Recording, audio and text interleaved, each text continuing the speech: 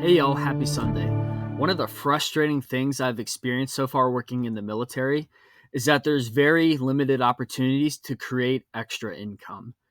There's no overtime. I can't work more hours and make more money. My time is severely restricted, especially in combat units, whether it be field training exercises, NTC or JRTC rotations, or even being stationed in a foreign country on a rotation or deployment. Suffice to say, it's very hard to find ways to create active income outside of what we do. The solution to that problem is finding ways to create income that don't require you to spend as much time working on them as it would your regular military job. That's why I've talked so much already about stocks and dividends and stuff like that. More on it next week. And why today we're specifically focusing on rental properties. You see, as being members of the military, whether you're active duty, guard, reserve, uh, veteran, or retiree, we all have access to the VA home loan. And if you don't know someone that does this, I know a couple different people who will use their VA home loan, buy a house at every duty assignment they're stationed at, and then once they PCS to a new duty assignment, they'll rent that house out to begin creating more passive income as they go, and use a property management company to manage all the craziness that comes with owning a real estate property. Now, that doesn't mean just going and buying any old house with your VA home loan is a good idea. I mean, think about it. Buying $1 million home in Colleen, Texas is probably not going to work out for you as a rental property. I can't imagine how many $1,000s a month you need to do that. And if we're being honest, there's probably not even $1 million home in Colleen. But I digress. The point I'm trying to make is that not every property you come across while you PCS will necessarily make a good rental property. That's why today we're going to be reviewing my rental property calculator so that you can see how I will begin to evaluate properties based off their current value, based on values of comps or comparable homes around them, and how I plan to make profitable rental properties as I PCS in the future. All right, y'all, so here's my rental property spreadsheet. First, I'm going to orient you to it, kind of show you where everything is and why I did what I did, and then I'll show you a live example on the house I have in El Paso currently. So first, we have here a home name, loan amount, and interest rate. So these are just admin. It's more admin info. They like these numbers here would bear no impact on the calculations done down below for rental profitability. You have proposed rent. So this is the rent that you either currently are renting your house out for or are planning to rent your house out for. So average comp rent is based off the comps, which is over here on the right-hand side of the spreadsheet. So you list your home up in the top here and your stats, and then you list comps. A comp is just a house that's very similar to your home that you can use to either determine value for it or possibly determine what you could get to rent out for it. Next, moving back over, we have the mortgage information and property management information. So I chose to break it up into principal and interest on the top, then taxes and insurance, and it totals up. So if you want to just put what your total mortgage is there, as long as it includes all four, you could do that too. I have a property management fee as a percentage. In El Paso, all the people I looked at were at 10%. So that's why I chose that number.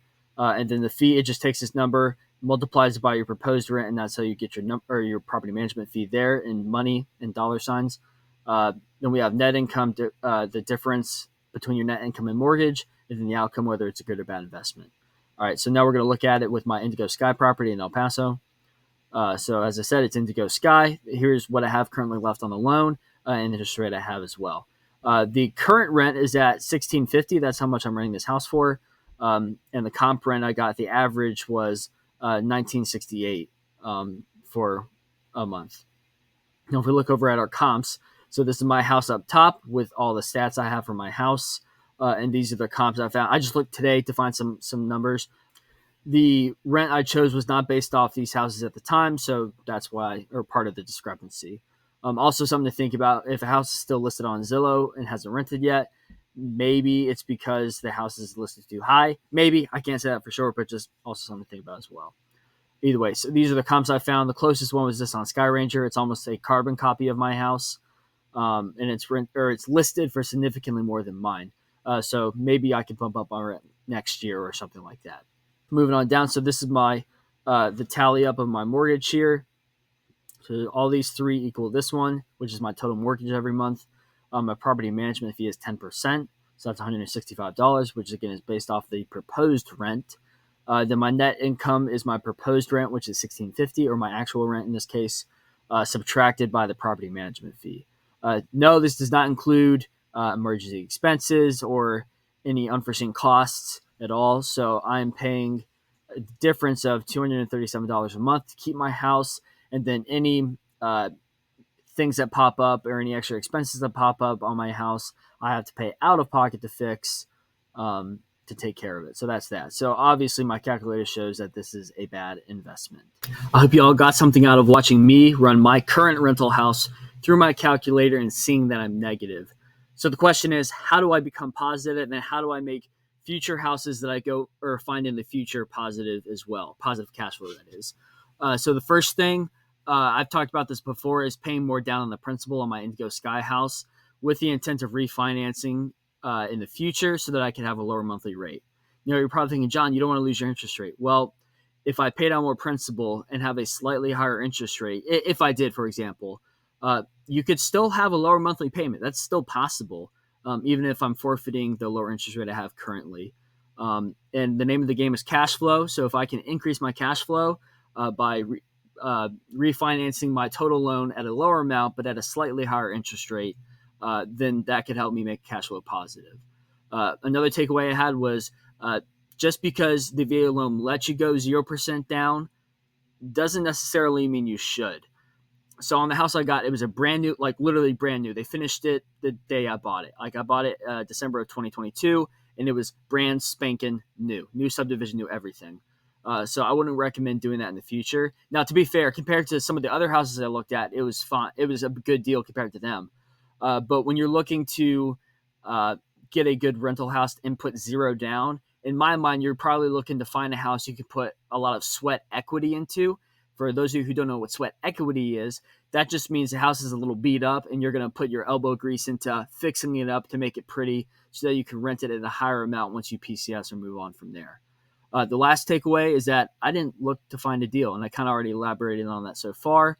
So in the future, if I'm going to compromise trying to find a deal of a property, whether it be a foreclosure or a mislabeled property on Zillow that's a steal, I need to pile up cash so that I can actually put a larger down payment on a house to make it profitable in the future.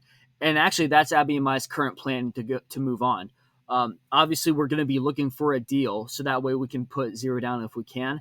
But in the event we cannot find a deal or a steal, if you will, in the time frame we're looking for to buy a house, then we're going to be banking cash every single month, again, from doing a great budget, so that we can put a larger down payment on a house in the future, and so that we can use this calculator and know that when we PCS to the next place, we can at least know we'll net positive on the rent every single month, including our property management fee in the future. So I hope y'all learned something today. If you're looking to be profitable in rental properties or learn more about them, hit me in my email in the description below. Otherwise, I love each and every one of you, and I'll see y'all in the next video.